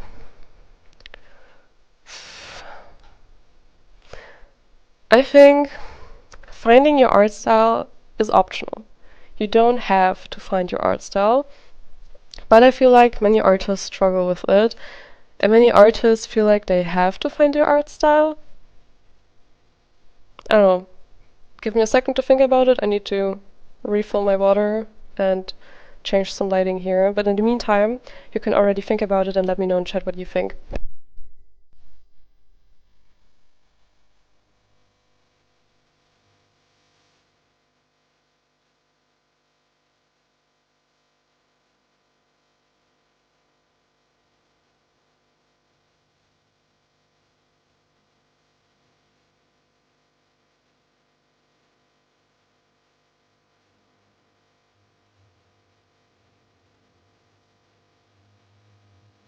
Yeah, I'm trying to fix the lighting here because it's getting a bit darker. The best is if you just try different art styles and don't think about it and just draw. Yeah, I think so too. I think when I was starting with art, I was starting by drawing manga, actually. I was into anime, and through anime I kinda got those tutorial videos on my YouTube, And then I got all these how to draw manga videos, which is how I started, and it got me interested in art in the first place, so that's a good thing. And with that interest I now had, I wanted to learn more, which is how I got into like learn anatomy videos, more stuff like that, where I work more on my fundamentals. I really started out with just drawing faces. And once I had to move down to the body, that's where the problem started, because okay, now I got down with the faces, more or less, I guess. The bodies would look so wrong, because I had like these huge heads, huge eyes, because of the manga background that I came from, but then so many bodies and completely wrong proportions and super stiff, undynamic everything, which is where I was like, whew, I need to start learning. Now I gotta learn some anatomy and proportions and stuff, which is how I got into that. And after that is kind of where I got confronted with the question of art style, because I started seeing more videos around that, and that's where I started to learn that manga and realism is not the only thing you can do. I started to follow more artists online. I started seeing the multiple art styles there are out there, and at some point my manga-esque style got more into multiple directions. Today I would say I'm somewhere around semi-realism, but I really think the way to go is to just, yeah, as you said, try different stuff and see what you like the most. And what I just find important is to not obsess over the idea of an art style. It's not, you can change it anytime, even you don't have to find your whole art identity at some point. And even if you think you have found it, you can still change it at any time. I don't know about professional again. There might definitely be different advice you might be getting if you're talking to a professional in the industry, if it's about making a portfolio. I can't advise on that. I'm just making the disclaimer here. But in general, I recommend, especially if it's just your hobby, if you're just doing it online, don't obsess over the idea of an art style. It will come naturally. Just try around, do what's fun for you. Follow artists that inspire you, see the possibilities there are. Maybe you will invent a completely different art style that still isn't out there, and maybe you won't, but that's fine. So that's just my grain of salt to this. But I'm getting too philosophical. I need to rank this. Where would I rank it? So since I think it's something very optional, I wouldn't rank it too high. It's not a must to have an art style, but I do find that a lot of artists struggle a bit with that because they think they have to, and they a lot of people, I think, tend to obsess over the idea of an art style, and like we make it a struggle sometimes. Is that the right wording? And do you got a Discord server? No, I don't. Should I make one? Would you want one? I'll think about it. Is there anything specific you would like the server for? Well, I have been thinking about it actually, because there are a lot of live streamers, YouTubers, etc. that have their Discord servers, but I think there are so many art Discord servers. I'm already in like an animation one, because for some reason I just find animation super fascinating, even if I don't do it myself and I'm not in the industry or anything, but I just find it super interesting, and also what's going on in the industry. I don't know, visual artist, concept art, everything around that. I just find it really interesting to hear that stuff. So, but also like other artists that I follow, I have noticed that a lot of them have their own servers, and I was wondering if it's just unnecessary if I make one. I'm not the biggest content creator out there, and then it would be like the 1000th Discord art server. But in general, I would like to have one. It would be fun. I just didn't know if anyone would be interested in that, to be honest. I mean, we could do that so that people can just exchange about art. People could, like, I do free shoutouts, right? Like in my YouTube bio, you can find a link where you can submit your art if you want a free shoutout, by the way. So if you're free to do that, feel free to do that, then I will add your art at the end of one of my videos and give a free shoutout. If you want a free roast session, you can also submit your art there, but be advised, it all stands there in the form, whether you want a free shoutout or a free fun roast session. Or also if you want some genuine advice on what to improve in your art, you can use that link to send it and give some notes on what I should pay attention to, stuff like that. It's all for free, just my way of giving back to you guys. But that could also be done with the Discord server, of course, so I was thinking about that. I don't know, might be an interesting idea. I think it's nice that the community can share some stuff. Yeah, it would be nice. I'll definitely consider it, actually. Thanks for the idea. It helps me to know if you guys are interested in that kind of stuff, because I'm just sitting here thinking about it alone, like, I don't know if people would want that. Maybe it's just unnecessary. I'll just see how it goes, blah blah. But hearing it from you guys really helps me to know if I should do it. One more thing, I did hit the 1000 subs now, right? Thanks again for that, everyone.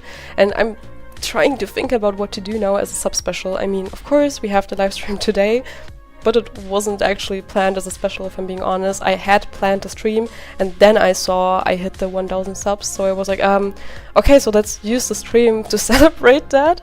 But I am still trying to find something that I can do as a sub special. I do have some ideas. One of those is a Draw This in Your Style challenge. What do you think about this? Are those still a thing? I don't know, because like back in the day, I used to see it all the time, especially on Instagram. I gotta say though, I'm not active on Instagram much anymore. I'm really mostly active on TikTok and YouTube right now. I hardly see any Draw This in Your Style challenges anymore. I don't know. Back then, when creators had specific subscriber milestones, it would usually always be a Draw This in Your Style challenges. I used to participate in a lot of Draw This in Your Style challenges when I had more time back then, especially. I don't know, I was thinking if maybe I should do something like that, but I'm kind of scared that no one is gonna participate, because that would be kind of embarrassing. I don't know, I can make you one if you want. I'm bored right now.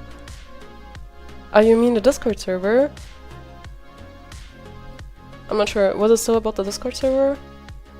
Or do you mean like the submissions for the shoutout, etc.? I'm not sure. Let me know again, because I was talking and I didn't see the chat. But yeah, as I was saying, I'm thinking about doing a Draw This in Your Style challenge now, but first of all, I don't even know if that's a thing anymore. Secondly, if people would wanna participate, because like everyone's busy, I get it. Sometimes I wanna participate but just can't. How much time should I give people, by the way, for Draw This in Your Style challenge? I don't know. Many questions that are running through my head right now, but I gotta do something. Yes. Discord. Thanks for the offer, but I think I'm gonna think about it again once I'm alone and just go through it, go into me and think about whether I really want to do it, and then I'm just gonna create it. If I make one, of course I'm gonna announce it. I'm gonna probably do a community post on YouTube or something, so you're not gonna miss it. Or once I do the next live stream or video, I'm gonna announce it. But I want to think about it first of all. I would have to consider what rules I want to make, what chats, etc. So yeah, I'm gonna have to inform myself first, I think. But definitely thank you for the idea and thanks for the proposal. Okay guys, I've been yapping around all the time.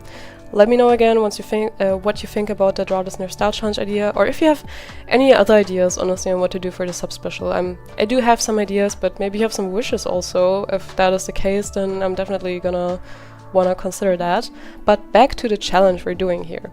Finding your art style. Where should I rank this? So as I said, it's optional, so I don't think it's something up there. But I do think many people actively make it a struggle for themselves when it wouldn't necessarily have to be. As I said, I'm not talking about a professional context. I don't know if you have to do it for portfolio, blah, blah, blah. I don't know, I can't advise you on that, but speaking hobby-wise, I think I would place it maybe here. Because it's as optional as composition, basically. So I think it makes sense here. What do you think?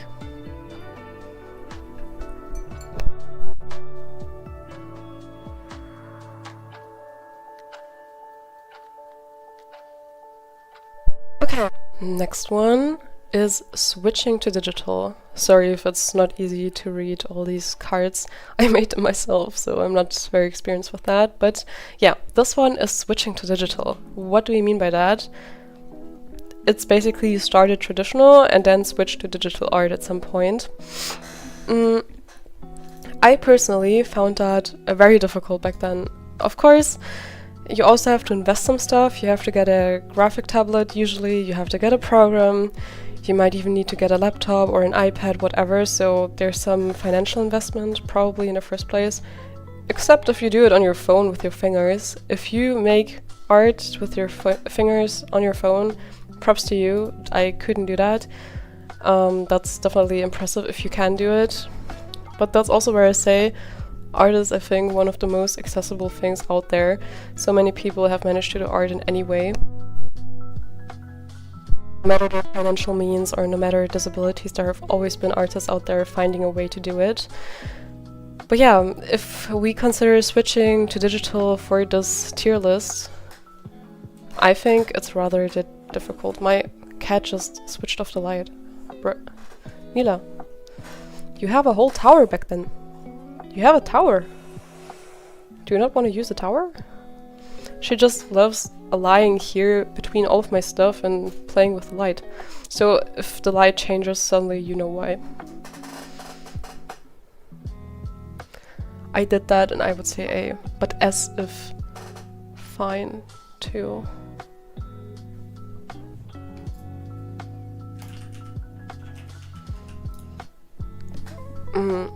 Yeah, I think I would also say somewhere around that.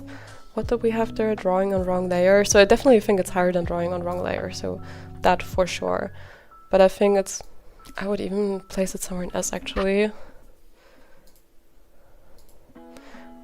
Above or under hands? I'm not sure. I think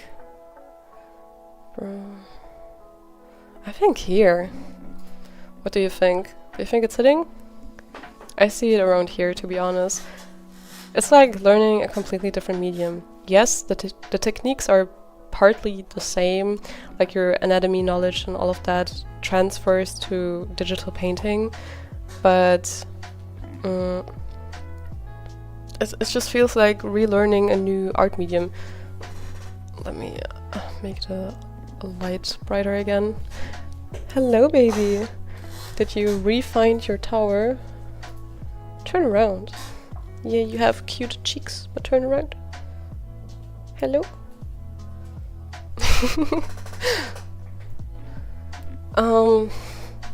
Yeah, so I definitely place it somewhere there.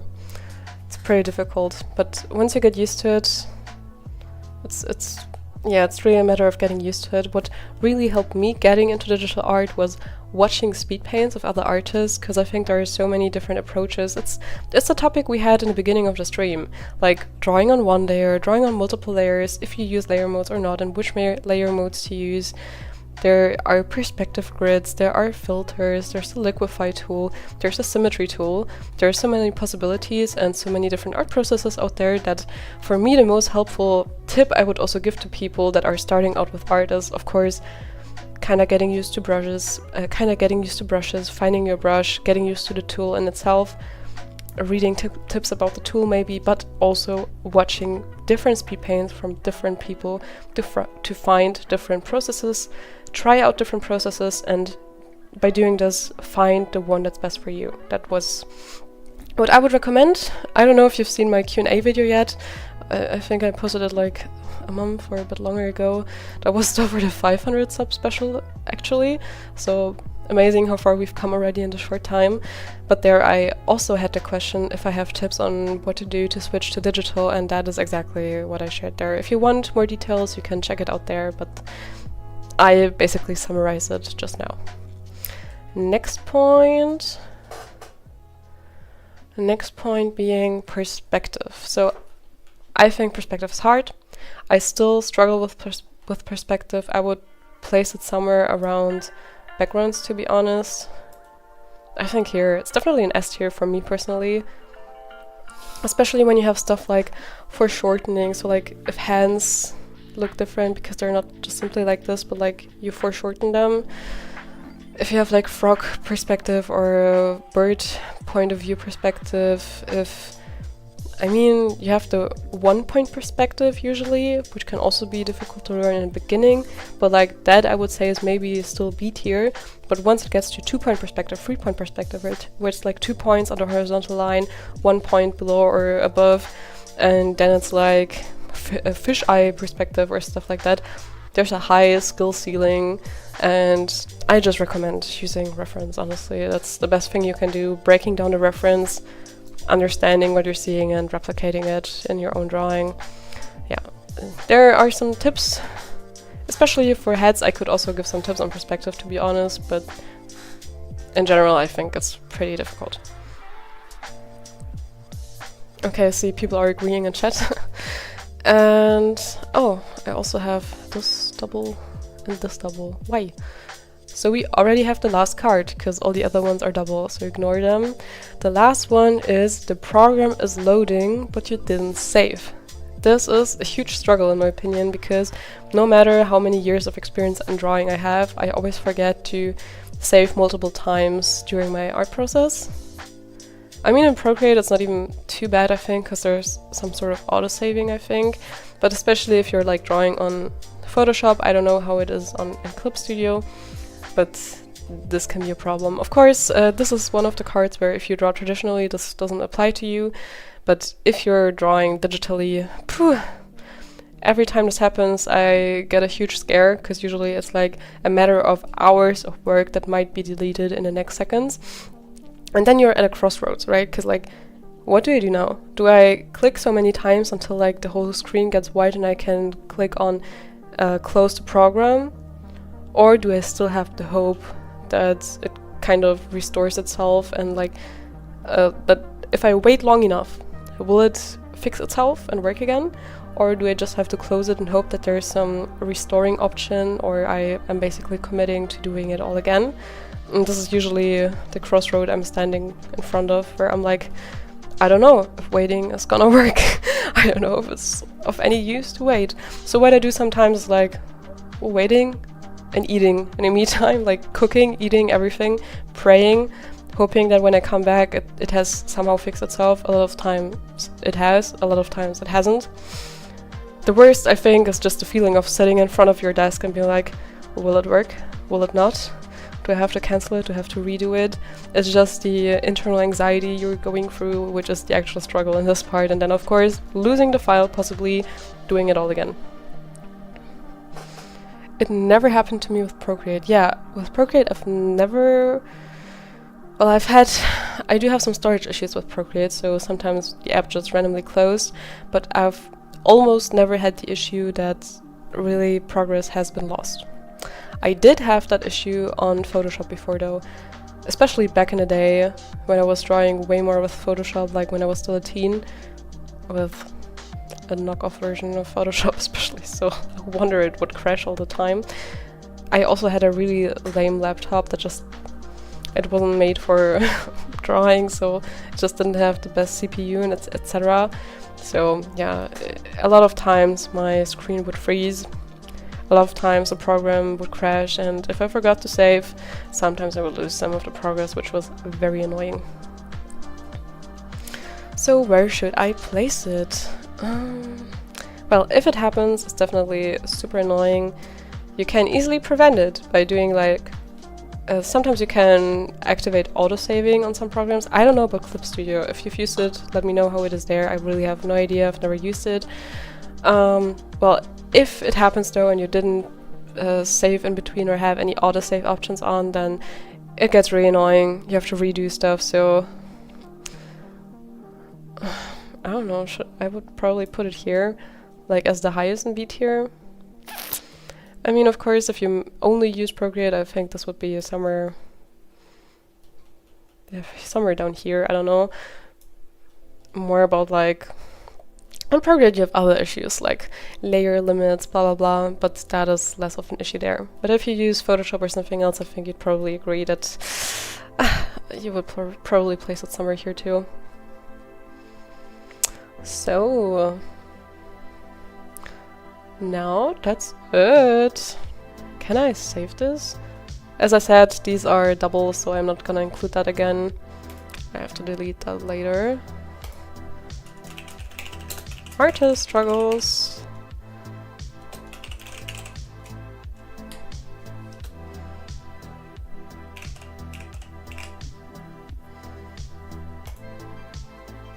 Okay, I'm gonna save that.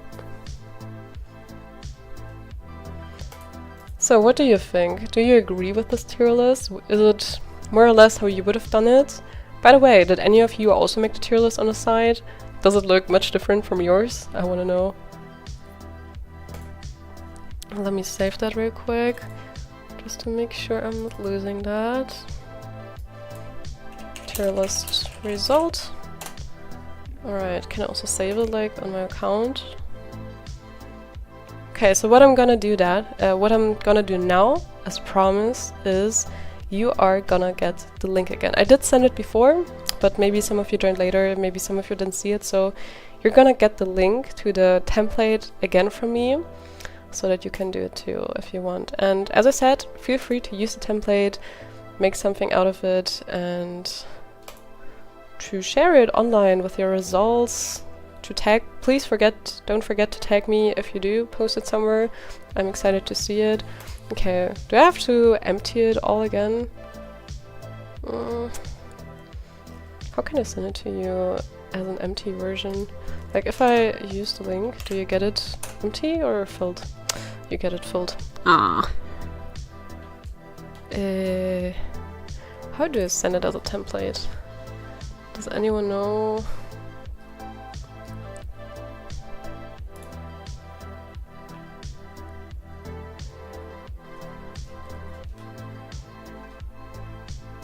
Reset, right? Hello? Okay. I think I should still have mine though. Everything's loading. Yeah, I do. Okay guys, as promised, you're gonna get yours now. Where's the chat? Here's the YouTube chat.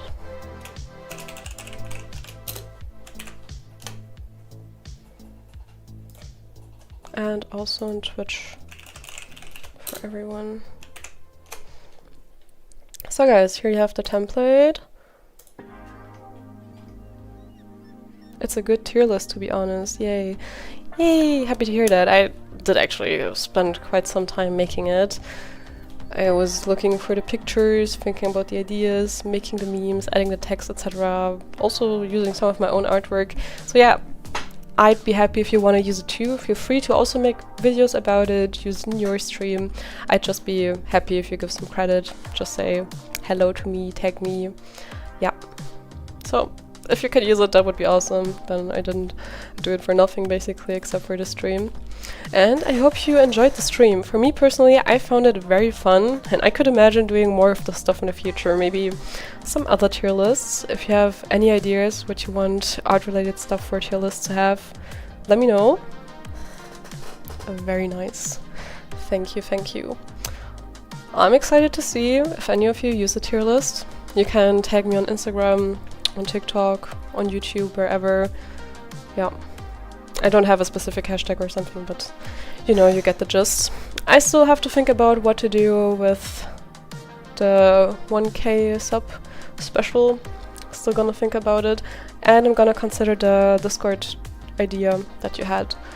If anyone is still watching the stream, maybe also afterwards, and you also want the Discord server, just let me know below. As always, you can submit your art for a free shoutout, for a fun roast session, or for tips on how to improve with your art. You don't have to do all three, you can choose just one, so you don't have to be scared to get roasted if you just want a free shoutout. No worries, you can just find the link in my bio on YouTube.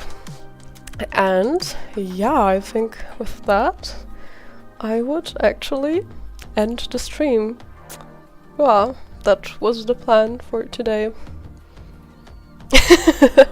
I was still thinking if I can still say anything else, but that's it. I think we should give Kitty the opportunity to also say bye. Nila! Okay, wait, I'm bringing her. Can you see her? No? She's looking at me like, what do you want? There she is. Okay, baby. Look at the camera. She's just looking at me like, what do you want, girl? Okay, Kitty is saying bye. Bye-bye. I'm saying bye. Thanks everyone for joining. Okay, I'm gonna leave you alone, BB. And yep, I'm probably gonna stream sometime again. Make sure to turn on notifications so you don't miss it. If you haven't already, subscribe, like, everything, comment. I appreciate it. And looking forward to the next time. See you soon. Bye.